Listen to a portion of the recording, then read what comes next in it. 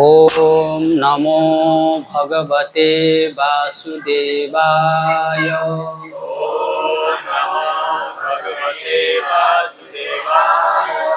ओम नमो भगवते वासुदेवाय।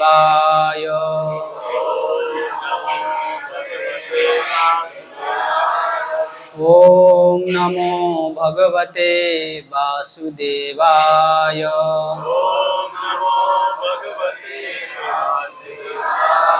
नारायणं नमस्कृत्य नरं चैव नरोत्तमं देवीं सरस्वती व्यासं ततो जयमुदीरय। ॐ अज्ञानतिमिरन्धस्य ज्ञानाञ्जनशलाकय चक्षुरुन्मिलितं येन तस्मै श्रीगुरुवे नमः। श्री चैतन्य मनोभीष्टं स्थापितं येन भूतले स्वयं रूप कदा मह्यं ददाति स्वपदान्तिकं वाञ्छाकल्पतरुभ्यश्च कृपा सिन्धुभ्येव च पतितानां पावनेभ्यो वैष्णवेभ्यो नमो नमः। नमो विष्णुपादाय कृष्णप्रेष्ठाय भूतले श्रीमते भक्तिवेदांत स्वामी इति नामिने। नमस्ते सरस्वते देवे गौरवाणी प्रचारिणे निर्विशेष शून्यवादी पाश्चात्यदेशतारिणे। हरे कृष्णा कृष्णा कृष्णा हरे हरे, हरे राम राम राम हरे हरे। आज मुझे शिक्षक गुरु ने मुझे आज एक सेवा दिए। आज उस सेवा में राधा कुंड का आविर्भाव का प्रवचन करने के लिए कहा है और सभी वैष्णव का चरणों में मेरा दंडवत प्रणाम है। आप कृपा कीजिए मैं कथा कर सकूं, लीला कर सकूं, लीला में कुछ बोल सकूं।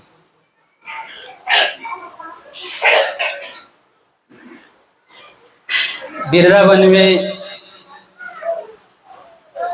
12 वन है, उनमें से एक है बहुला वन। उस वन में एक लीला हुआ था और वो राधा कुंड में लीला हुआ था। उस दोनों एक ही समान है। तो बहुला वन में एक ब्राह्मण रहते थे। उस ब्राह्मण के घर में बहुला नाम की एक गाय थी। वो गाय चढ़ते चढ़ते प्यास लगा और प्यास लगने के बाद वो उसके सामने एक संकर्षण कुंड था। उस संकर्षण कुंड में जल पीने के लिए गई।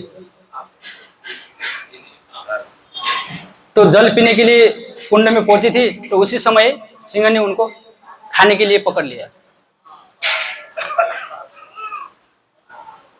तो सिंह ने बोला मैं तुमको खा रहा हूं। तो बहुला गाय ने बोला देखिए आप मेरे को खा सकते हैं परंतु मेरे छोटी सी बछड़ा है वो भूखा है। अगर मैं उसको दूध नहीं पिलाऊंगा तो वो भूख से मर जाएगा। कृपा करके आप एक बार मुझे चांस दीजिए, मैं उस बच्चे को दूध पिला के आपके आहार बनने के लिए मैं आ जाऊंगी। तो शेर ने भी सोचा ठीक है, तो उसने शेर ने छोड़ दिया और वो गाय घर में गई और बछड़ा भूख से तड़प रहा था और बोला तुम्हारा जितना भी दूध पीना है पी लो जी भर के, आज के बाद तुमको दूध नहीं मिलेगा। क्योंकि मैं उधर जल पीने के लिए गई थी संकर्षण कुंड में, तो मेरे को शेर ने पकड़ लिया। शेर ने बोला मैं तुमको खा लूंगा। तो मैंने उसको वचन दिया है कि मैं अपने बछड़े को दूध पिला के आऊंगी तो मैं उनको उसके भोजन बनूंगी। तो बछड़ा बोला माता आप मत जाइए, आपके बदले में जाऊंगा।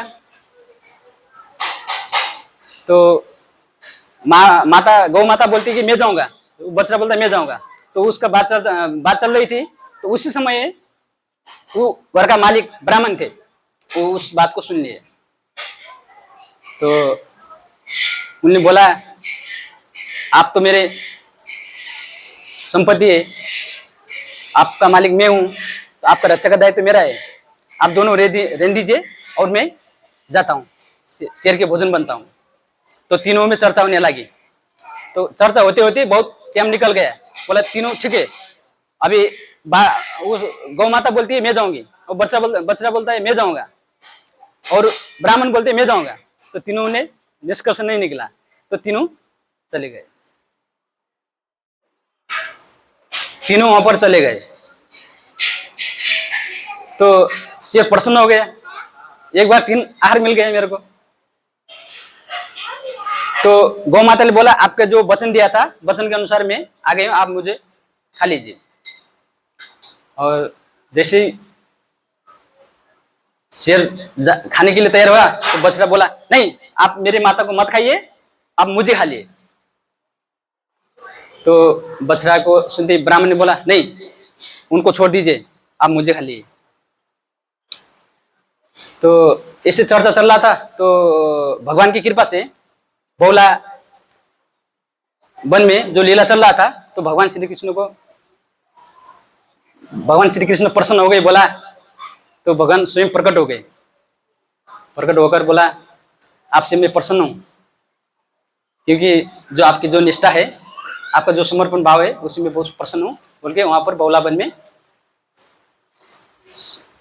जो भगवान श्री कृष्ण का विग्रह भी है, और जो ब्राह्मण का भी है, और शेर का, सिंह का, और जो गौ माता का और बछड़ा का भी सब विग्रह है वहां पर। तो आपको वहां पर बौला वन में जाएंगे तो वहां दर्शन करने मिलेगा।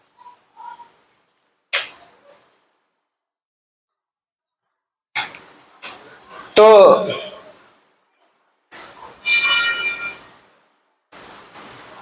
द्वापर युग में कंस ने तीनों लोग को त्राही त्राही मचाया था। तो उसने सोचा, मैं दिग्विजय करूंगा। तो दिग्विजय करने के लिए कंस निकला। वो जहां भी जाता था, जितने भी असुर को मिलता था, वो सबको लड़ाई करके परास्त कर देता, युद्ध करके परास्त कर देता था। सभी जितने भी बड़े बड़े असुर था, उनको उसने बंदी बना के कारागार में डाल दिया। तो भगवान श्री कृष्ण का मथुरा में कारागार में जन्म हुआ। जन्म होते ही वसुदेव ने भगवान श्री कृष्ण को गोकुल में छोड़ दिए। वहां पर गोकुल में भगवान को छोड़ के वहां पर कन्या को लेके आए वसुदेव। तो जितने भी थे प्रहरी थे, वो लोग योग निद्रा में सो गए थे। तो जैसे कन्या को आया अंदर लेके वसुदेव पहुंचे, तो उस समय क्या हुआ, कन्या रोने लगी। तो जैसे रोने का आवाज सुना, तो सारे प्रहरी थे वो जाग गए निद्रा से। तो दौड़ दौड़ के महाराज कंस के पास गए, बोला, महाराज जन्म हो गया है, आप चलिए कारागार में। तो कंस आए।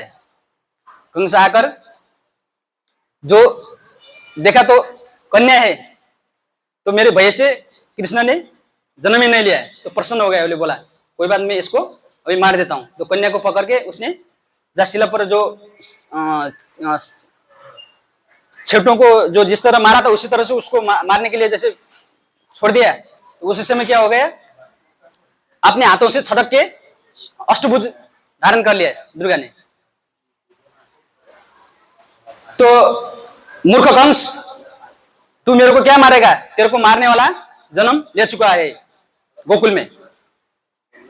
जैसे ही कंस ने सुना, तो उसका नींद, प्यास, भोग सब छूट गया, और वो भगवान श्री कृष्ण के चिंतन में डूबने लगा, वो भय से डूबने लगा। तो उसने एक एक करके आकासुर, बकासुर, जितने भी असुर था, वो प्रत्येक असुर को भगवान श्री कृष्ण को मारने के लिए भेजने लगा गोकुल में। तो इसी तरह से तो उसने एक असुर को भेजा, अरिष्टासुर को। वो अरिष्टासुर को बोला, तुम जाओ गोकुल में कृष्ण को मार दो। तो वहां से वो अरिष्टासुर निकल गया। जैसे ही उसने प्रवेश किया, बेल का रूप धारण किया। इतना विकराल था, जैसा वो चलता था तो धरती कांप जाती थी, जैसा वो सांस लेता था तो वो तूफान आए जैसा होता था। तो वहां गोकुल में पहुंच गया।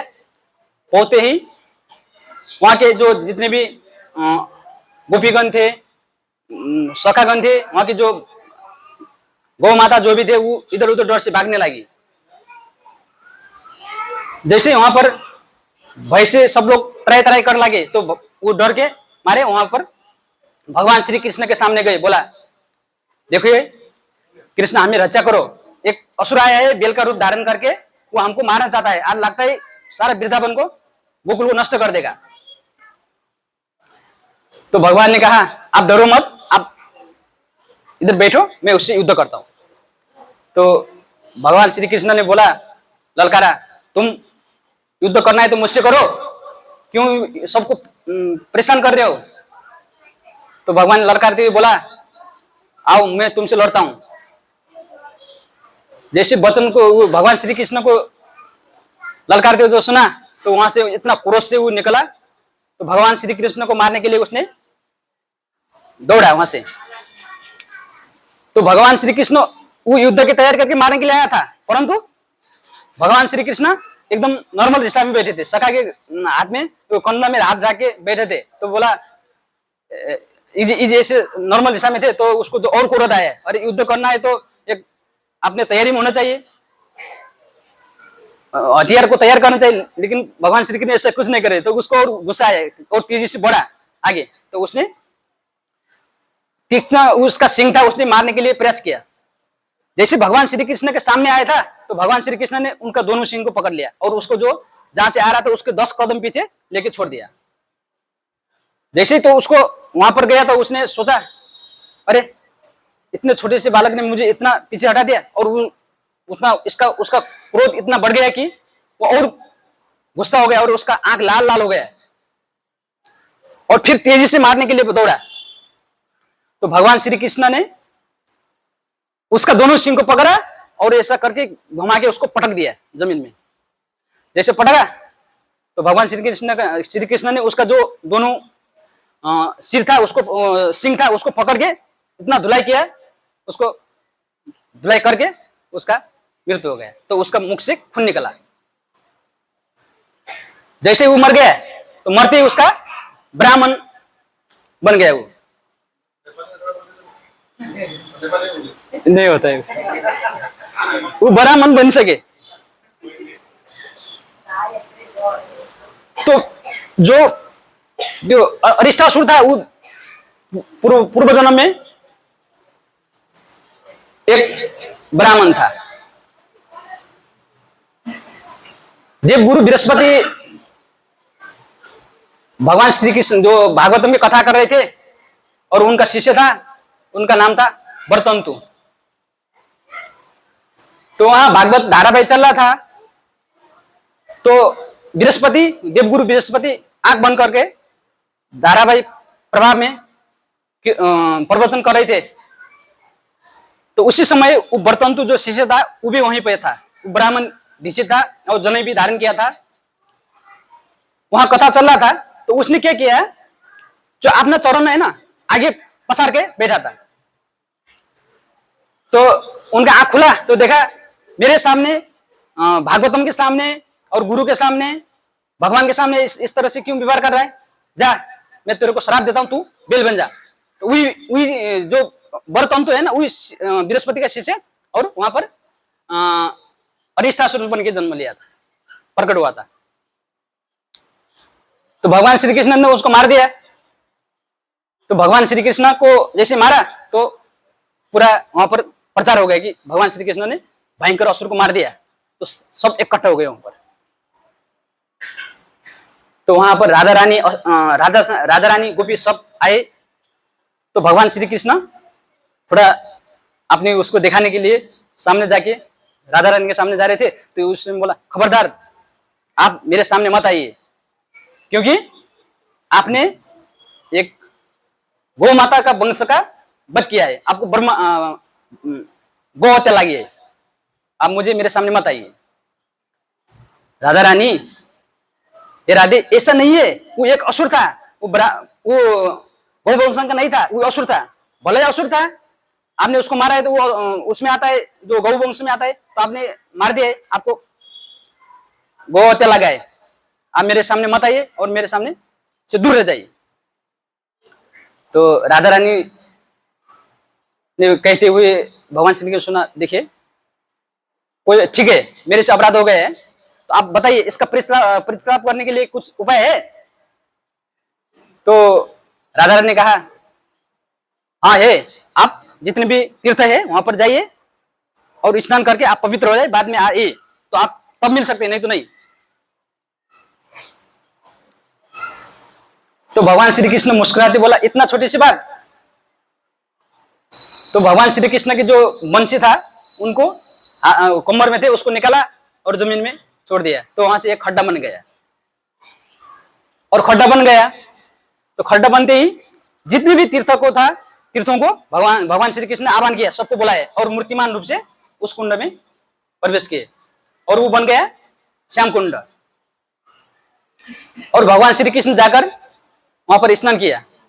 स्नान करने के बाद बाहर आए, बोला देखिए क्योंकि मैं स्नान करके पवित्र हो गया है, क्योंकि आपने एक असुर के बारे में बात किया था, इसके लिए आपको भी एक अभी अपवित्र हो गई है, आपको भी स्नान करना होगा, जाइए आप उधर स्नान करिए। तो श्री राधा ने कहा नहीं, आपके कुंड में हम स्नान नहीं कर सकते क्योंकि वो अपवित्र हो गए है, वहां पर दूषित हो गए, हम वहां पर नहीं जा सकते। तो राधा रानी ने कहा आपको वहां पर स्नान तो नहीं करेंगे, हम खुद अपना तैयारी करेंगे कुंड। तो जितने भी गोपीगण थे उनको बोला आप अपने चूड़ियों से एक खड्डा करो, और सबने वहां पर खड्डा किया। तो खड्डा करके माने शिव सरोवर से वहां से जल लाने के लिए सबको लाइन लगा दिए, और सब लाइन में लग गए और वहां से जल लेके उस कुंड में डालने के लिए तैयार कर रहे थे। तो भगवान श्री कृष्ण ने बोला देखो आप लोग क्यों ऐसे बैठे हो, आप जाओ राधा रानी के चरणों में गिरो और उनको सेवा प्रार्थना मांगो, तो ये आपको होगा। तो सब तीर्थ मूर्तिमान रूप से गए, श्री राधा रानी के चरणों में गिर गए, बोला हे राधा रानी आप हमें सेवा प्रदान कीजिए, हम आपकी सेवा करना चाहते हैं। तो राधा रानी तो करो ना कि मैं, तो वो प्रसन्न हो गई, बोला ठीक है। तो उस कुंड में सब मूर्तिमान जितने भी तीर्थ थे वहां पर फिर प्रवेश किए।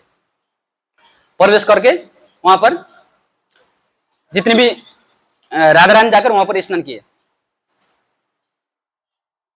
तो भगवान श्री कृष्ण ने कहा अभी तो मैं आ सकता हूँ वहां पर स्नान करने के लिए, ये श्याम सुंदर आप भी आइए। तो वहां पर राधा रानी और श्याम सुंदर का बिहार जल क्रीड़ा हुआ। तो इसलिए जो हमें जो राधा कुंड में, श्री राधा कुंड श्याम कुंड में हम जाते हैं, वहां पर हमको ऐसा सामान्य जल के विचार नहीं करके हमें स्वयं राधा रानी को स्वरूप मानकर हमको वहां पर स्नान करना चाहिए। और सभी भक्त को वहां पर जाकर श्याम कुंड राधा कुंड का स्नान करना चाहिए। जो जगत गुरु शिल प्रपाद जब पाश्चात्य देश गए और पाश्चात्य देश में वहां से भक्त बनाकर वृंदावन में आए, तो वृंदावन में आते हैं तो वहां पर उनका जो शिष्य था वहां पर स्नान करने के लिए गए। तो स्नान करने के लिए गए तो क्या वहां थोड़ा दुर्व्यवहार हुआ, जो मतलब जब हम स्विमिंग करते हैं, कोई भी जगह जाके स्विमिंग करते इसी तरह से वहां स्नान करने लगे। तो जगत गुरु शिल बोला आप बंद करिए, ऐसा आप ऐसा नहीं कर सकते, क्योंकि जो हमें वहां पर जाके मतलब स्विमिंग नहीं करना चाहिए। वहां पर जो हमें राधा रानी को जो राधा कुंड को प्रणाम करके और वहां को क्षमा प्रार्थना मांग के और विनीत भाव से हमें वहां स्नान करना चाहिए और 3 बार डुबकी लगाना चाहिए। तो जगत गुरु श्री प्रभुपाद ने वहां पर मना किया था। तो श्री चैतन्य महाप्रभु भी जो वृंदावन गए, वृंदावन में जाकर राधा कुंड और श्याम कुंड का वहां पर सबको बताए यही राधा कुंड श्याम कुंड है। तो श्री चैतन्य महाप्रभु परिक्रमा कर रहे थे गोवर्धन को, श्री गोवर्धन महाराज के। तो वहीं सामने तमल कृष्ण एक वुड बीज था, वहां पर विश्राम कर रहे थे, जब हरिनाम जप कर रहे थे। उसी समय देखा तो वहां पर जो राधा कुंड वहां ऐसा नहीं था, सब लुप्त हो गया था। तो वहां पर खेत था, तो वहां पर खेती होता था, चावल की खेती। तो श्री चैतन्य महाप्रभु को तो स्वयं भगवान है, तो उनको सब मालूम है। तो देखा सबको प्रकट कराने के लिए श्री चैतन्य महाप्रभु वहां गए और पूछा वहां के जो आजू बाजू के आदमी, जो आजू बाजू के जो वृंदावन वासी, उनको पूछा ये क्या है। तो ये बोला इधर सामने एक काली खेत और ये गोरी खेत है। तो श्री चैतन्य महाप्रभु ने बोला यही राधा कुंड और श्याम कुंड है बोल के और प्रकाशित कर लिए। उसके बाद श्री चैतन्य महाप्रभु तो प्रकाशित कर दिए और उनका जो शिष्य थे रघुनाथ गोस्वामी, और वहां जाकर और अच्छा से वहां पर राधा कुंड का जो सुंदर से वो बनाए। मैं यहीं पर विश्राम करता हूँ। हरे कृष्णा कृष्ण कृष्ण हरे हरे, हरे राम राम राम।